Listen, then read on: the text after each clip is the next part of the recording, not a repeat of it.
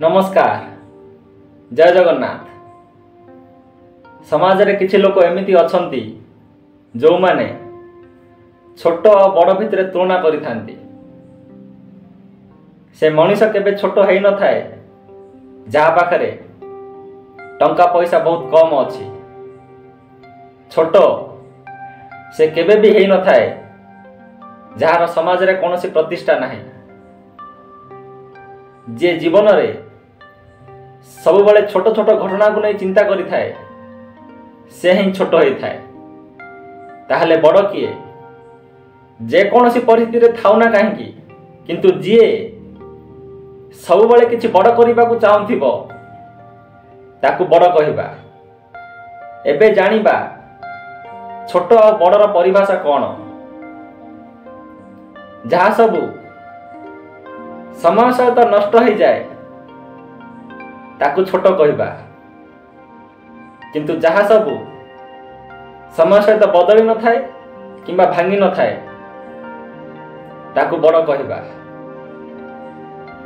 जेउथिरे तुमर अहंकार आसी जाए ताकू छोट कहिबा किंतु जेउथिरे तुमर अहंकार नष्ट हो जाए ताकू आमे बड़ कहिबा।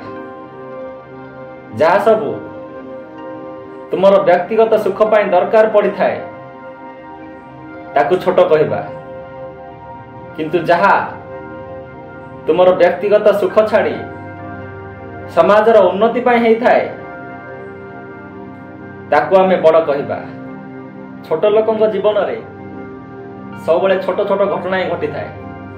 सकाळ 6टा रु 7टा भितर पानी आसुची किंतु मु पानी भरी पारलेनी काहेकि ना से समय मु सोई पड़िथिली।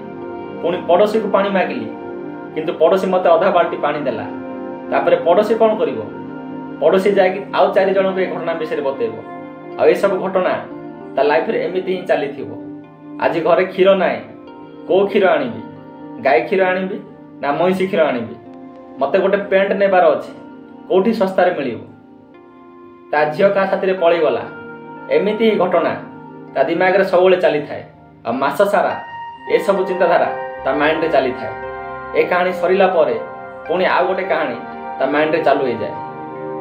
किछि लोकंग जीवन एमिति भी चलीछि। से माने सकाळ उठिबे फ्रेश हेई कि कोन टिके खाइ कि ऑफिस बाहर जिबे पुणी संध्या रे से माने घर को फेरिबे। तापर फ्रेश हेई कि टिके टीवी देखिबे पुणी कोन टिके खाइ कि सोई पड़िबे। ता पर दिन सकाळे ए कहानी पुणी चालू पुणी ऑफिस जिबा पुणी घर को फेरिबा। एमिति हेई हेई गोटे मास बीती गला तापर गोटे वर्ष बीती गला। तापर देखिबे दिने जवान थिले एबे धीरे धीरे बाल पाचिबा आरंभ हलानी धीरे धीरे दांत हलिबा आरंभ हलानी। तापर एमिति गोटे समय आसीबो दिने तुम सामने रे मृत्यु आसी पहुंची जीवो। आ से समय रे तुमर हाथ खाली थिबो।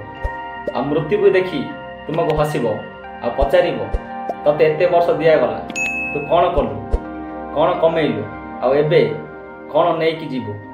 याकु ही कहंती छोट जीवन।